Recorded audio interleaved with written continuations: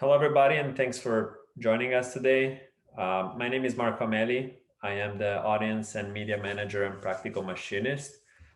We are all very excited to have the possibility to hear from Harry Moser today about the Reshoring Initiative and how manufacturers and educators can help bring in manufacturing back to the United States. Now, without further ado, let me introduce you to our special guest. Harry Moser founded the Reshoring Initiative to bring 5 million manufacturing jobs back to the United States after working for high-end machine tool supplier GF AgieCharmilles. Harry, you can correct me if I pronounce that wrong. He started there as the president in 1985 and then retired in 2010 as chairman emeritus. Largely due to the success of the Reshoring Initiative, Harry was introduced into Industry Week Manufacturing Hall of Fame in 2010 and was named Quality Magazine's 2012 Quality Professional of the Year and Fab Shop Magazine's Manufacturing Person of the Year. Harry participated actively in President Obama's insourcing forum in 2012 at the White House, won the Economist debate on outsourcing and offshoring, received the Manufacturing Leadership Council's Industry Advocacy Award in 2014 and Made in America 2019 Reshoring Award. He was recognized by Sue Halper, then Commerce Department Chief Economist, as the driving force in funding the reshoring trend and named to the Commerce Department Investment Advisory Council in August 2019. Harry is frequently quoted in the Wall Street Journal, New York Times, Forbes, Financial Times, New Yorker, Washington Post, and USA Today, and seen on Fox Business, Market Watch, PRI, and NPR, Manufacturing Talk Radio, and other national TV and radio programs. He received a Bachelor in Mechanical Engineer and Master of Science in Engineering at the MIT in 1967, and an MBA from the University of Chicago in 1981. So quite a resume. So Harry, thank you very much for being us today and sharing your experience with us. I'll leave you the word. Very good. Thank you, Marco. Can you hear me okay? Yes, okay. Yeah, good. So first, thank you for going through the background. A little more on me. I grew up in Elizabeth, New Jersey, which is just across the river from New York City. And the biggest thing in town was Singer sewing machine. Many of you, your mother, your grandmother probably had a Singer. And my grandfather was a foreman there. My dad ran about a third of the factory. At its peak, it was the biggest factory in the world of any kind. Well, you know, automobile, everything. It was the biggest thing in the world. And I went past 15 years ago, and there was nothing there. Nothing of Singer was made anymore in the US. Everything was imported. And during my career, I sold foundry equipment, I sold machine tools, and company after company, industry after industry that I wanted to go out and sell something to, they were gone. The companies were declining, the industries were going away. And so I said, no, somebody's got to do something about that. So when I retired from Charmilles, now called GF Machining Solutions, I founded the Reshoring Initiative with the purpose to bring the jobs back to the U.S. You know, for the good of all of us. My career, I worked at GE, large steam turbine, nuclear energy, Diesematic, that's foundry equipment, Acme Cleveland. A lot of these things are before your time, many of your times. So Acme Cleveland was a combination of Cleveland Twistrel, at one time the biggest cutting tool company in the country, and Acme, like Acme Gridley bar and chucking machines. Again, haven't made them for 30 years, something like that. Rotofinish, I was the president of Rotofinish, vibratory finishing machinery. And then finally, Charmilles. I was blessed to be at Charmilles. It was just a wonderful job. I was lucky. I had a good team. I had great products. When I started, the company was a disaster. Everything was screwed up. It was horrible. And we went out and talked to the customers. Like if I 20 years ago, I probably would have met some of you if I haven't met you, because I was spending a third or half of my time out talking to the customer to find out what we needed to do better to take better care of them. And something that's obviously I recommended for you, for all of your companies, know what the customer wants, and you can't give them everything, but you can make sure you're giving them as much as possible. So I was blessed in that when I started with the company, we were 7th in the industry, and by 8 years later, we were #1. We passed all the other EDM companies.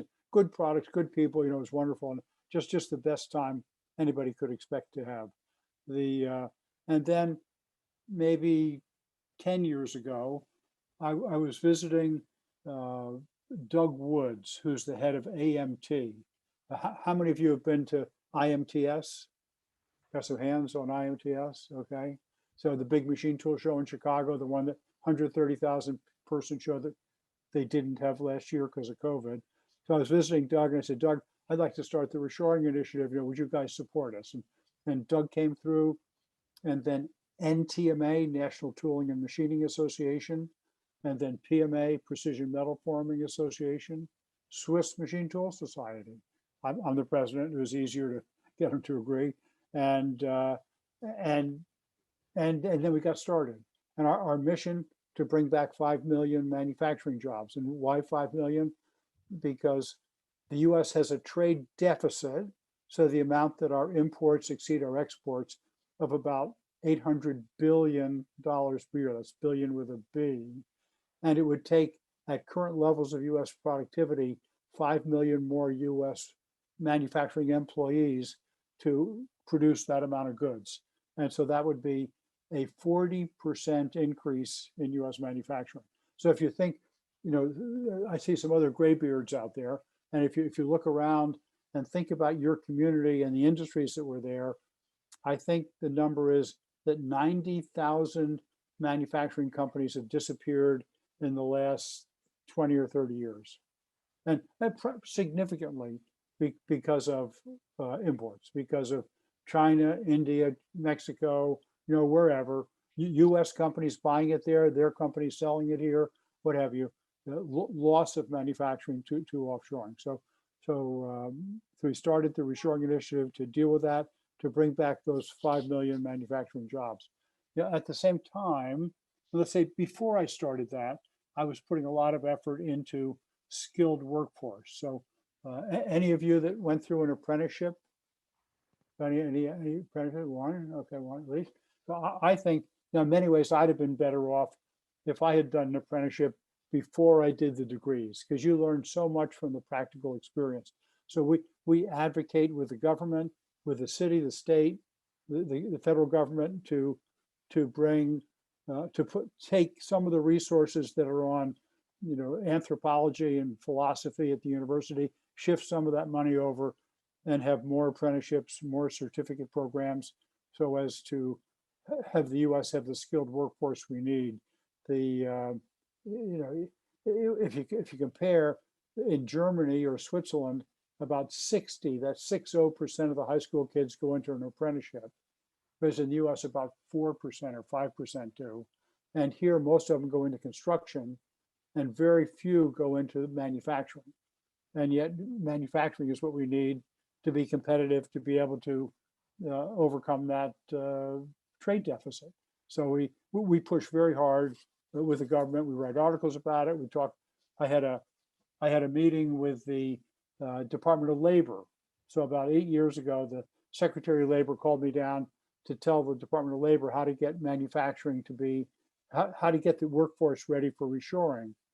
And finally, I told them that they were part of the problem, because every time I'd go on their websites, I'd see data which compared income by degree level. No high school, community college, bachelor's, master's, PhD, and they never had the income that someone who passed an apprenticeship or had 20 or more years as a precision machinist or tool maker or a welder, or people who had done 10 NIMS certificates or something like that.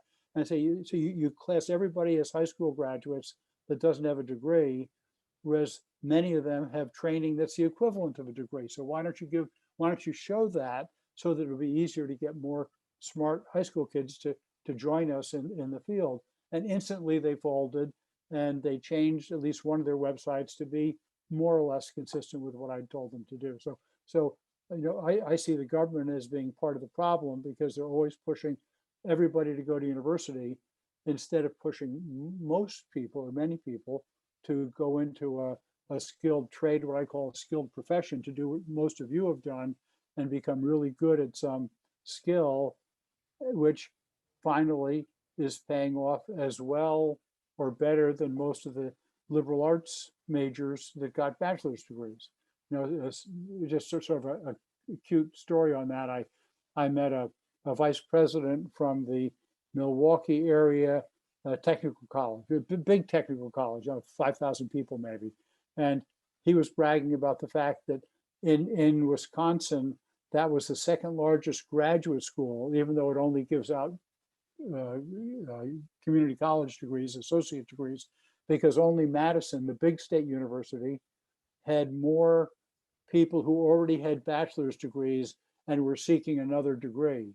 So they had thousands of people that had bachelor's degrees in some kind of liberal arts field that were coming back to the technical college to get a skill to do what all of you have done because they couldn't find a job with a degree that they'd spent $100,000 or something 4 years to get. So I think most of you made some excellent decisions. So the Reshoring Initiative, I got it started with the help from Doug Woods and these other groups. And just to define what reshoring is once again to produce in the country the products that have been imported and are intended for use in the country. So it's the making once again in the country the product that will be consumed in the country instead of importing it. That's reshoring. We also look at FDI, foreign direct investment, which is bringing back foreign companies, Siemens, Toyota, people like that, shifting production here. And both of them are very important. When we started this in 2010, 6,000 jobs that year were announced coming back. And by 2017, 190,000 in the year. So we went from, just small amount, to a really big amount in that 7-year period. And 2017 was significantly driven by the Trump corporate tax cuts and regulatory cuts, generally business-friendly environment. And then in 2018 and 2019, it fell off from that 190,000. They're still to good levels, but definitely fell off, probably because of the trade war. Companies said, I don't like the business uncertainty. I don't know what the tariffs are going to be on what product with what country, a year, 6 months from now, a month from now. And they said, hold up, we'll wait and see what happens. So things fell off. And then in 2020, reshoring started to pick up again, despite the virus, because companies saw that the supply chains that they had, where they're making some assembly. Think of a car, and they've got 100 parts coming in from 100 suppliers all over the world. And all it takes is for one of those countries to be messed up with COVID, or to have a dock strike, or to have some kind of political turmoil, or a hurricane or something. And you can't get one product, but you need all the products to make the the full thing. So the companies saw that, and they started to shorten their supply chains to source more in the U.S.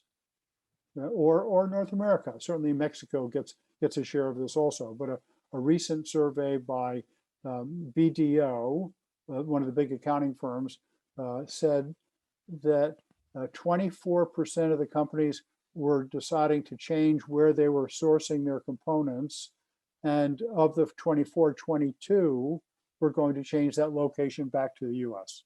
So significant trends in sourcing and manufacturing back into the country for products that are going to be sold in the country. And why is it happening? First, COVID, certainly recently is the biggest thing. Second, in China, labor costs, wage rates have been rising 10 to 15% per year for 20 years. So they've gone from almost nothing up to the point where they're now $5, $6 an hour. Now, it doesn't sound like a lot, but it's a lot more than 50 cents an hour. So it's going to the point where the Chinese costs are measurable. And even before COVID, even before the trade war, work was coming out of China and coming back to various places, a lot to Vietnam and Cambodia. But the companies that do the math correctly see that it makes sense to bring some of it back to the US. And so the hopefully, in addition to this just hopefully being interesting to you, that work that's coming back out of China and out of other countries is potential business for you to keep your businesses, to get more orders, to be more successful, more profitable, larger companies. So the things that we provide to help you with that, we have if you go to our website, which is reshorenow.org. So reshorenow.org. If you go there, I'm going to be sharing the links in the chat here. So anything that Harry mentioned is going to be shared in the chat in this meeting. Thank you, Marco. Appreciate it. So if you go to reshorenow.org, you'll find everything I'm talking about and a lot more, but specifically the TCO estimator. So TCO is total cost of ownership. So for example, if you buy a refrigerator, you could buy a cheap one that uses a lot of electricity or an expensive one that uses less electricity. How do you decide? You look at total cost during your ownership. So for buying a housing, from here or China, the TCO estimator starts with the FOB or Ex Works price from the two countries, and then adds in the duty and the freight and the carrying cost of inventory, travel cost, intellectual property risk, the value of a made in USA label, all this 29 different things like that. And it turns out that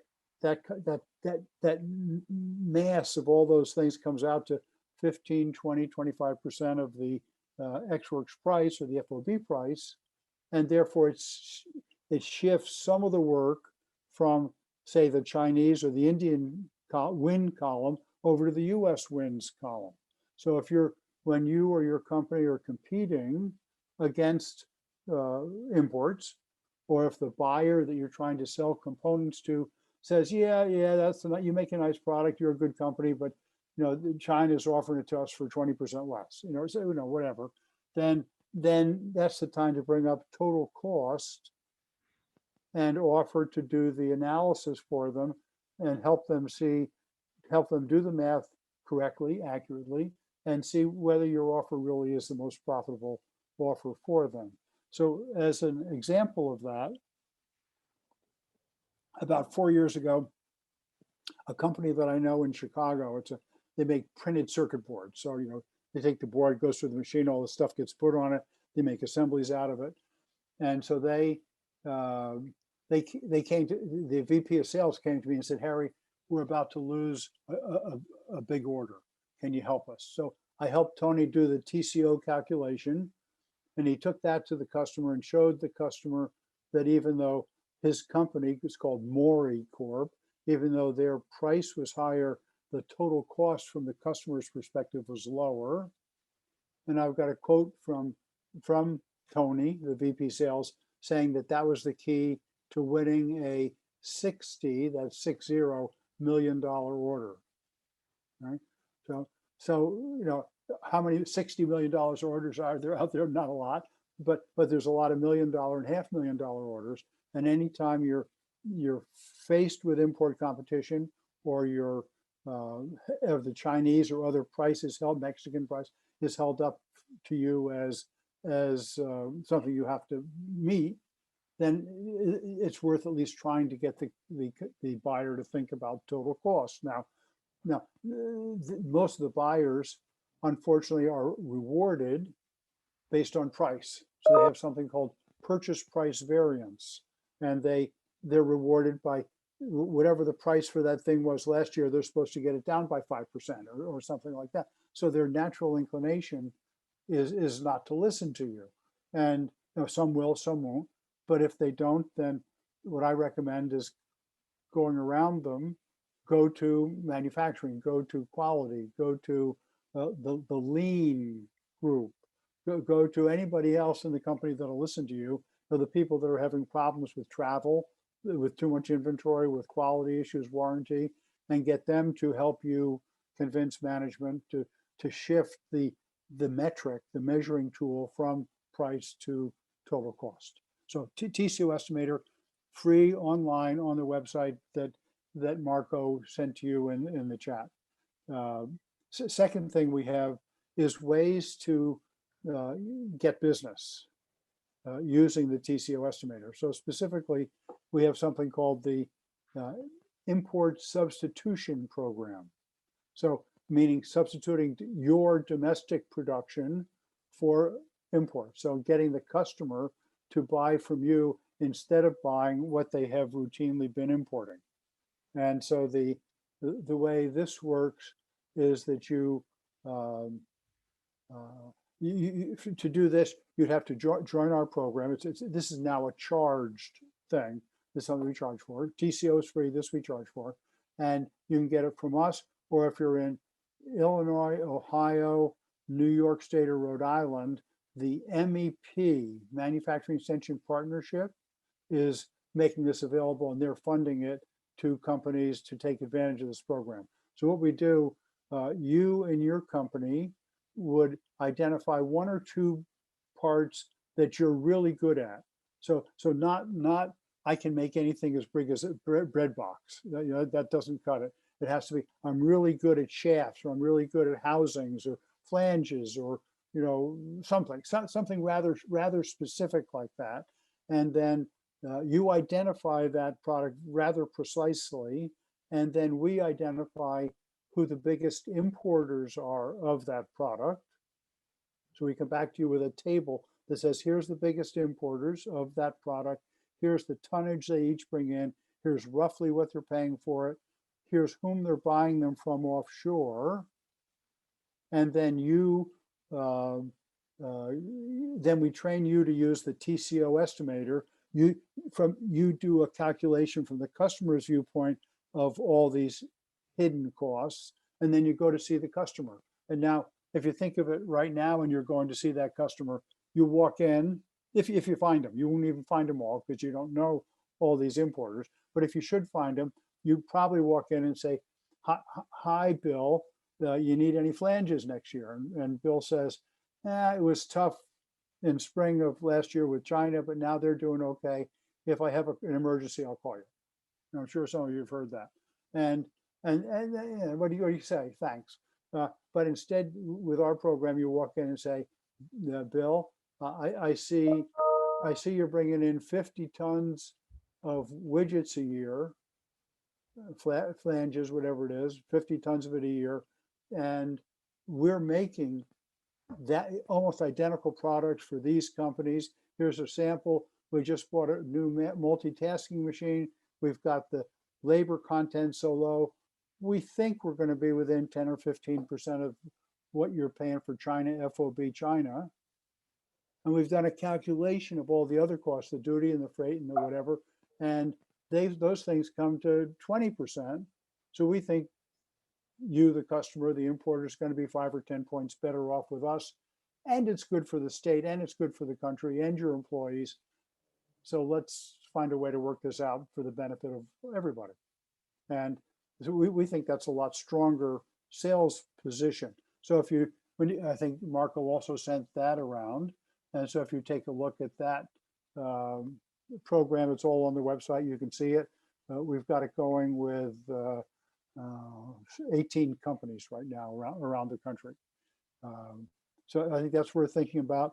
Are any of you at big companies, what I'll call OEMs, GE, General Motors, Minnesota Mining, that kind of thing?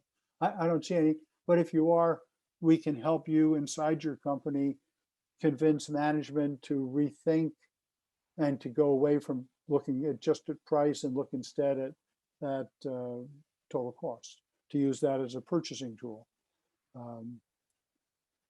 A couple other things I'd like to bring up, and somehow we're going to get you these links. We work a lot with AMT. Again, you know AMT puts on IMTS, and AMT with us has just launched a survey in which we're asking companies about opportunities or barriers to reshoring. Like, what product do you think you'd bring back to the country, or do you think you could win orders for if you could cut your costs moderately, significantly, something? And then the idea is if you identify that product, I got a real opportunity for $1 million order for these things, but I need to knock out 10% of my manufacturing costs, then we'll pass that on to the AMT distributors and machine tool makers and see if any of them have a solution for that they could propose to you as a contract manufacturer or to you as an OEM. So Marco, after we get done, I'm going to get you that. Maybe you can send it out to everybody who registered. That's one thing. I'd like you all to fill out that survey if it's relevant, and because the more responses we have, the more opportunities there'll be for the country. Second thing is we AMT with the Reshoring Initiative, NTMA and PMA put on every year a National Metalworking Reshoring Award. So for the most exciting example of metal working, could be machining, forming, casting, anything like that, of work brought back to the U.S. And so again, I'll send Marco the link to that. And if you have reshored, I think there's maybe an 8-year or 10-year limit on it. If you have reshored, then you can apply to win, and you've got an advantage because you know the judge. I'm the judge. Okay, so I hope you'll take a look at that if you've done some reshoring, and if you haven't done reshoring, then use the TCO estimator.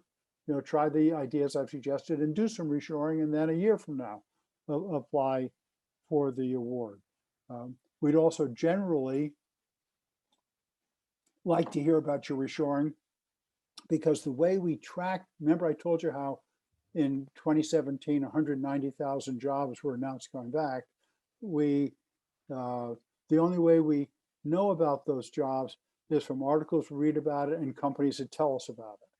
So it helps us to show the trend by you telling us about reshoring you've done. So anybody out there who's done any reshoring, either for their own company or for a customer? So it looks like Darius, can we unmute Darius, and maybe Darius will tell us about it? Hi, can everyone hear me? Yes. Yes. Great. My name is Darius Meir. I'm the CEO of a company called Made in America Seating. Myself and my family have owned office seating manufacturing entities over the past 36, 37 years. We had a vertically integrated manufacturing operation in the United States, doing business with maybe a dozen very large accounts at the time. In 2001, 2002, we lost the opportunity of doing business with many of those large accounts. They started sourcing product from China. As a result, we kind of changed direction a little bit, but started our own factory in China that we owned and operated 100% of.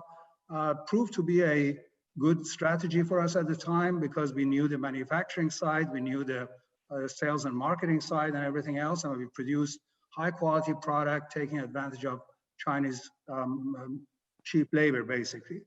About seven, 8 years ago, we started to think, well, what do we need to do to bring manufacturing back to the United States?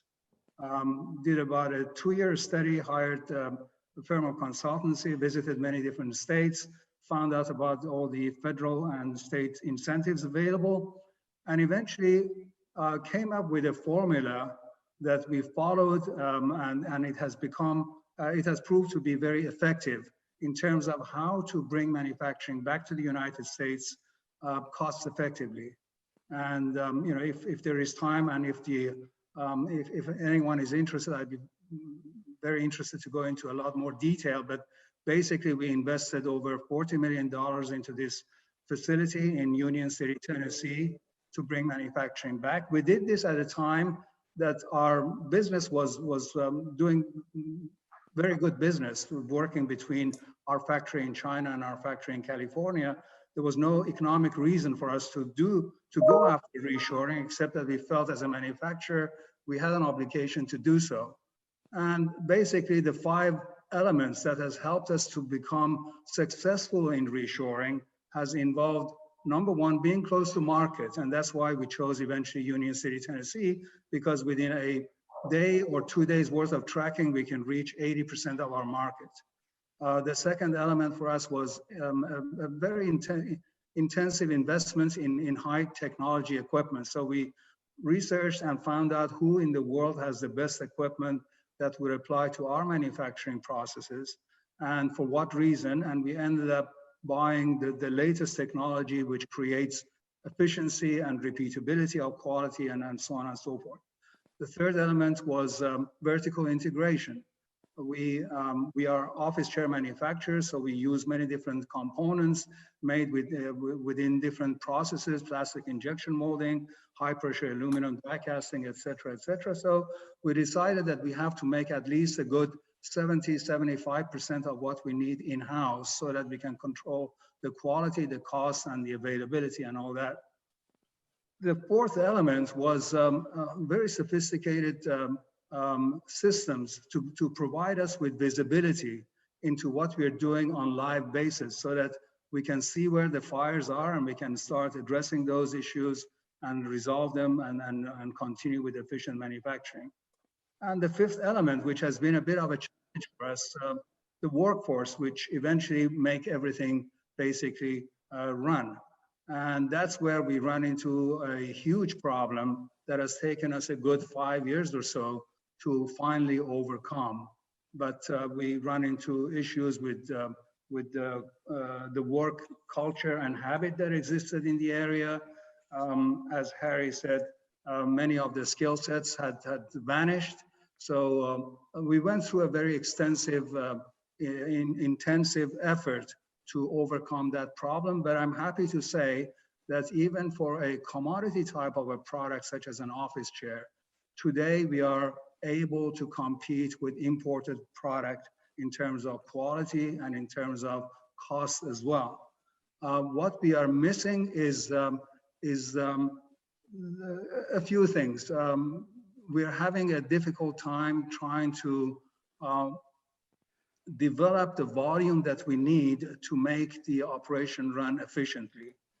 And it's very hard, as Harry mentioned, it's very hard to convince the buying teams of some of these large organizations and retailers and so on to switch over from a source that they know already to a source that is pretty much unknown to them. To that end, what we think is going to help tremendously, and this is where maybe the government can come in to help, is to create basically consumer demand.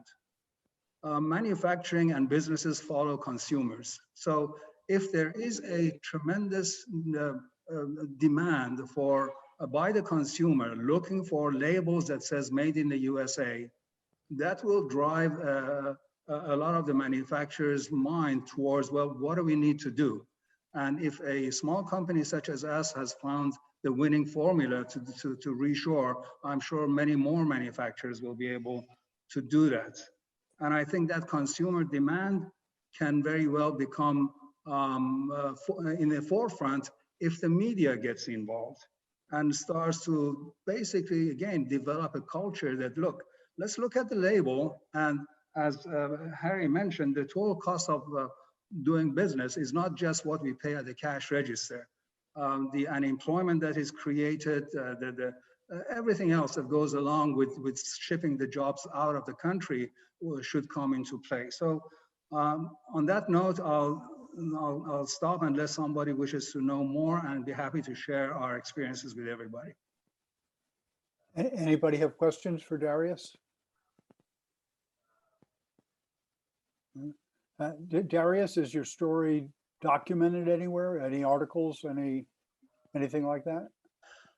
We've had a few opportunities, very brief opportunities, but unfortunately we haven't really gone after that extensively. We are just about to begin doing some of that kind of work so that we basically get our story out, because we feel that we have quite a story. So in that respect, we could use all the help that we can get.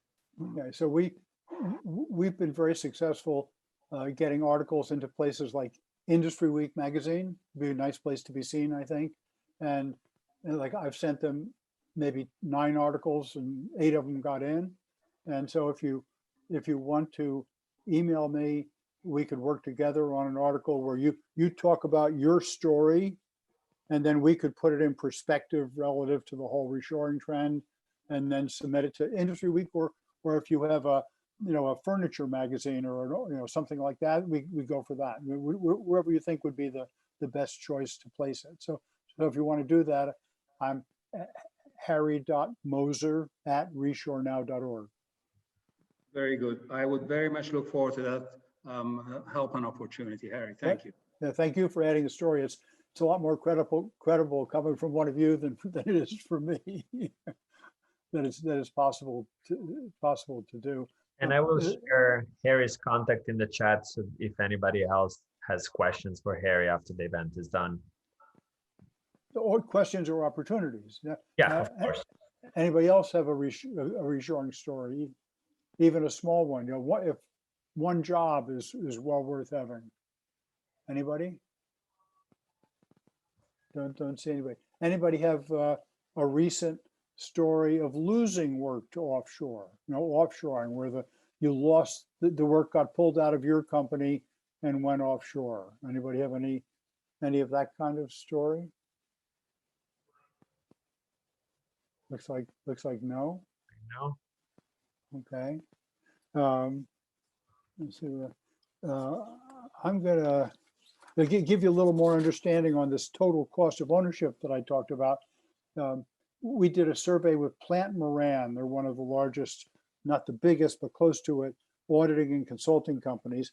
And we asked distributors and manufacturers, how much do you buy from offshore instead of domestically?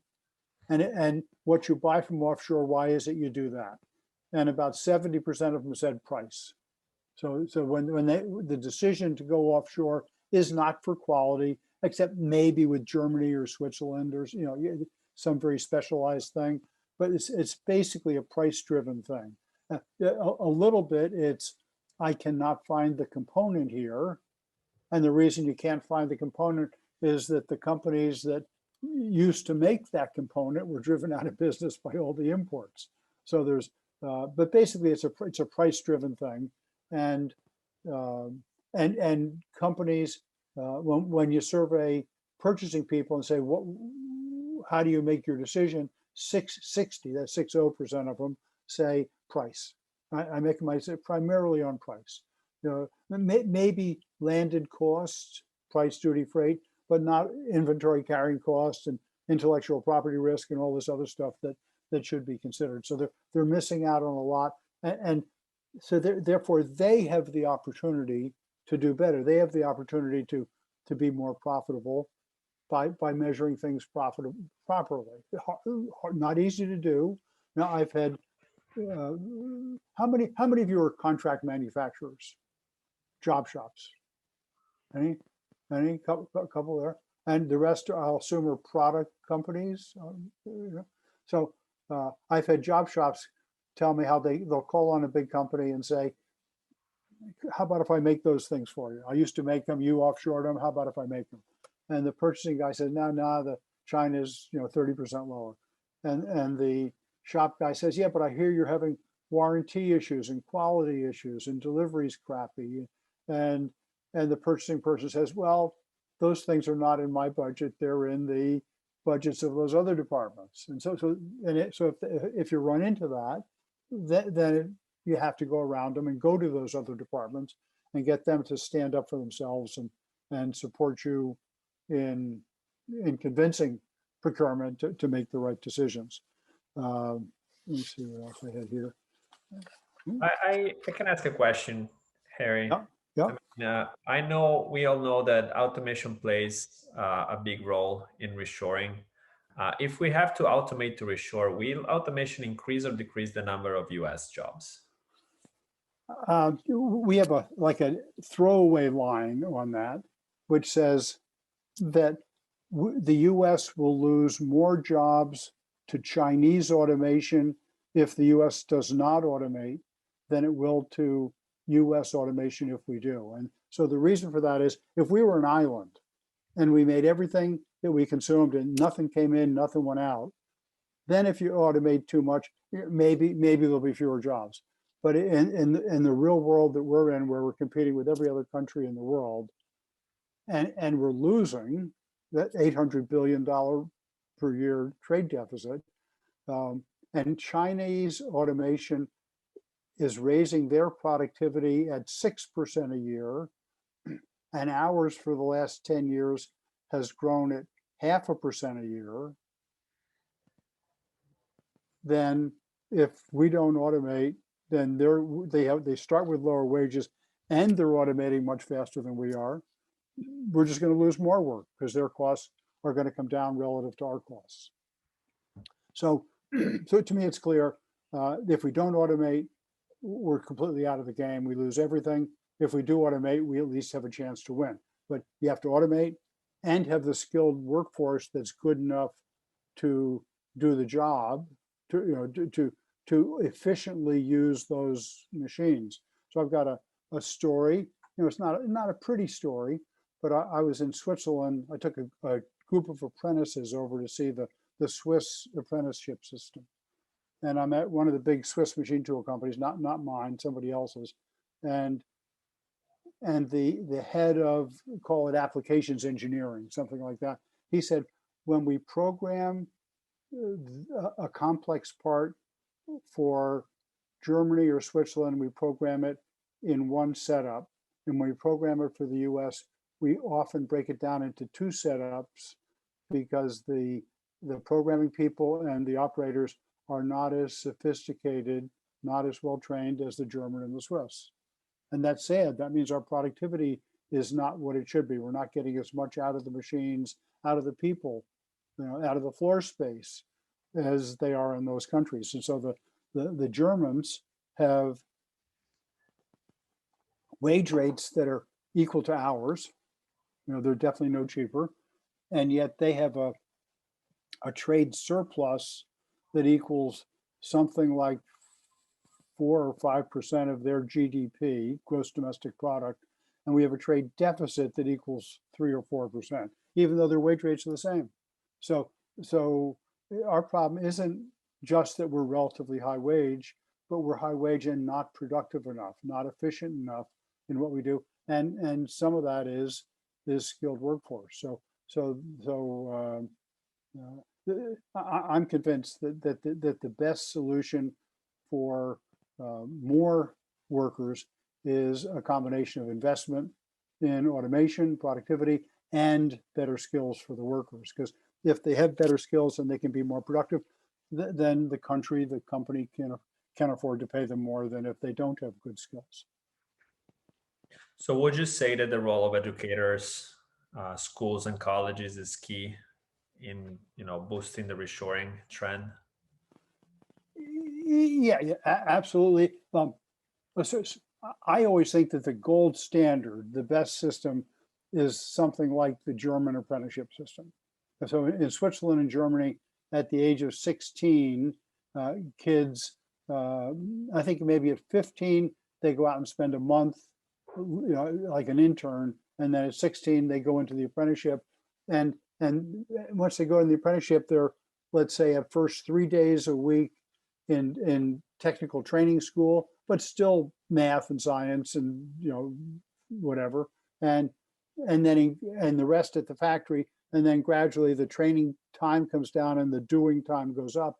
And when they get done, like I've taken 3 or 4 tours there, and the kids, if you met them, you'd say, wow, that kid's going to Harvard. I mean, they're speaking 3 languages and they know about everything I know about, and they're 18, 20 years old. They're really smart, and they're really good at their trade or profession.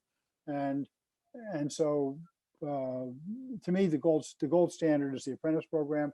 In some cases, the company does the entire apprentice program on their own, but in most cases with small companies, they integrate with other companies through a community college and get their book learning and the basics at the community college, and then they then they specialize the apprentice at the company. So I think the community college, high school, great if you can get it, but at the least the community college is key to the training system. That makes sense. Okay, we still have about 10 minutes. Does anybody else have any questions for Harry or wants to share? Yep. Jay Baina. Hi, everybody. I'm from New Jersey. My name's Jared. Actually, when Harry was talking earlier about people who went to college and got a college degree that they didn't use and they went back to trade school, he was talking about me. So I came out of college with a degree in biology, couldn't find a job for several years, and then went back to trade school because my dad was a machinist. And I knew he always had consistent work. So I went back, worked about 5 years in the defense manufacturing, a job shop. So we got contracts in. We weren't producing our own product. And then I actually got an offer as a teacher. That's where I'm at right now. And I took a job as a science teacher. So, and the reason I had to leave was my job shop was not competitive at all with wages. And there were absolutely no apprentices available in my area. I live in the southern part of New Jersey. We only have one trade school in our area for any type of manufacturing. The other one is all the way up 3 hours away in northern New Jersey. So my question is, how do you get job shops to be competitive with wages? Because I know, like, I got started at a wage that was less than what my dad started at 20 years ago. And then how, as an educator, right, how can I leverage my kids into getting the skills that they need to be competitive in manufacturing? What is it that I can do? Because I don't have training resources in my area, but I want to get these kids into the trades so they can start making decent wages. So I don't know if you could comment on that. I'd really appreciate it. Well, you know, there isn't much of a density of industry in southern Jersey. You know, so what, the Pine Barrens or whatever you call them down there. And I mean, it used to be really intense. We used to have a lot of glass manufacturing. We used to have a lot of agriculture. And we're right next to Philadelphia. I mean, and I can have a truck in DC and in New York in 2.5 hours, 3 hours. So, I mean, there's tons of industry around me. yeah, I just don't know what the factor is we seem to be losing a lot of skilled positions, and there doesn't seem to be areas where students can pick up those skills for themselves as well. in a lot of regions, it has picked up. Like I lived for 37 years in Illinois, around Chicago, and they have a group there called TMA, Tooling and Manufacturing Association, and they had in the Chicago area, their aggregate apprentice program was about 700 or 1,000, maybe 15 years ago. And then during the Great Recession, it went to about 0. And it's back up, I don't know the number, 300, 400 or something like that. So it's definitely come back from where it was. But there it's easy because you've got 1,000 job shops within 100 miles or 50 miles. You know, so you can get them together and have the structure. And there's probably 5 or 6 community colleges with machining programs at them. Okay, so because you've got the density to make it happen. So, and obviously it's tougher where there isn't density. There is Tooling University. You're familiar with Tooling University? That's a part of SMA, Society of Manufacturing Engineers, and they have an online training system. Obviously not as good as hands-on, but enough so that when the kid gets done, they know not to stick their fingers in the grinding wheel, you know, and maybe how to measure and maybe how to read a blueprint, or enough so that maybe they can get a job. In some areas, it's certainly booming. Look up FAME, FAME, which is an apprenticeship program in Kentucky, and it's tied into one of the Japanese automotive companies' factories down there. And I've read a couple of articles from them about their apprenticeship program, and 5 years out, 5 years after the apprenticeship, the average worker is making $96,000 a year.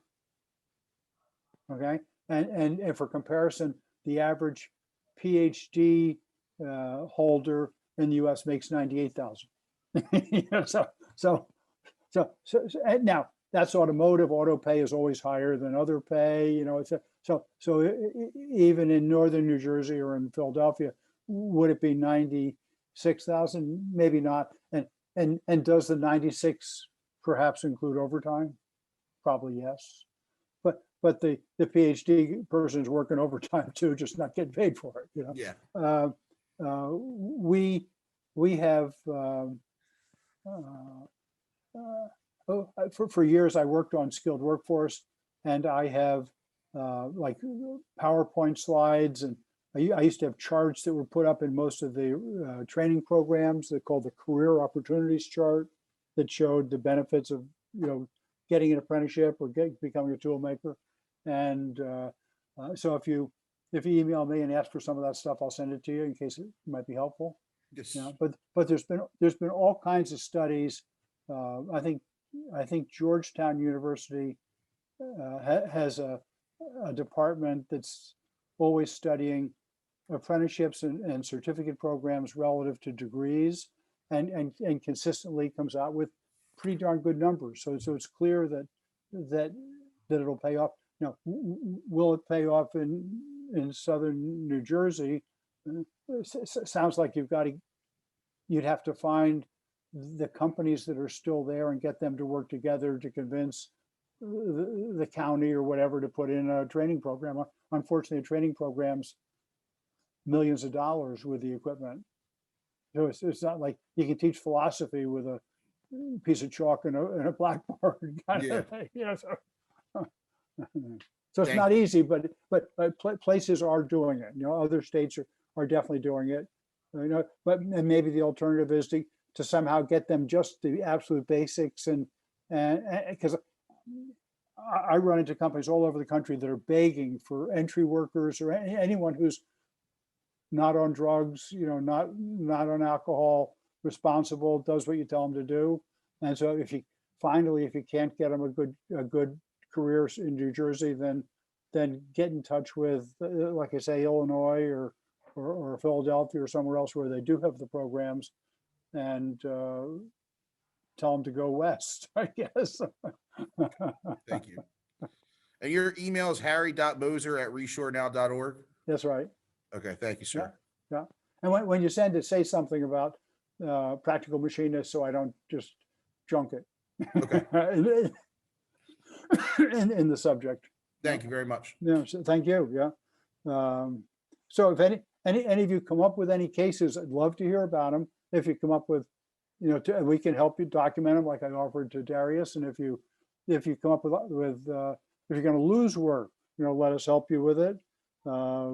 Yeah, because my goal is just 5 million, and the only way to get there is job here and 10 jobs there, kind of thing.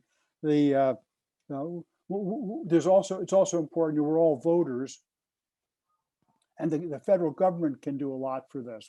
The biggest problem is that the U.S. price is too high, 20, 30, 40% high versus most of the rest of the world. And to get that down, we recommend the dollar come down by 20, 30%. And the government can do that. If they decided they wanted to do it, no question, they can do it. Get the dollar down, spend massively on training. And if I were the czar, I'd shut a third of the universities and have 10 times the number of training programs. Probably should have a value-added tax like the other countries do, because it puts a tax on imports. There's 2 or 3 things like that. That if the federal government did it, then we'd start rapidly picking up that 40% that we're missing. But it's hard to convince the government to do that. All right. Does anybody else have any questions for Harry? If not, we're gonna wrap up this meetup. Harry, any last few words for the audience? So I mentioned these MEPs, Manufacturing Extension Partnerships, we work with in New York, Rhode Island, Illinois, and pretty soon others. So if you're in one of those, contact them if you want, if you think what we do could be helpful. And if you're not, talk to your MEP or your economic development, your state or local economic developer, and say, hey, let's get going on reshoring around here. We need the jobs, and then have them get in touch with us, and we'll tell them what we can do to help it happen in your region. So, together we can make some progress on the 5 million jobs, like Darius has done. Thank you. I think Darius deserves our applause for actually doing it. Here we go. All right. So thanks for everybody. Thank you everybody for participating today. It was great to have you all here, and thanks Harry for sharing, your expertise and your precious recommendations to the audience. We'll be sending a recap email with all the links that Harry mentioned during the meeting. And if you have questions, you can shoot us an email at info@practicalmachinist.com, or you can email Harry directly. Thanks everybody for coming. Thanks, great. It was great. I really appreciate it. Thank you, everybody.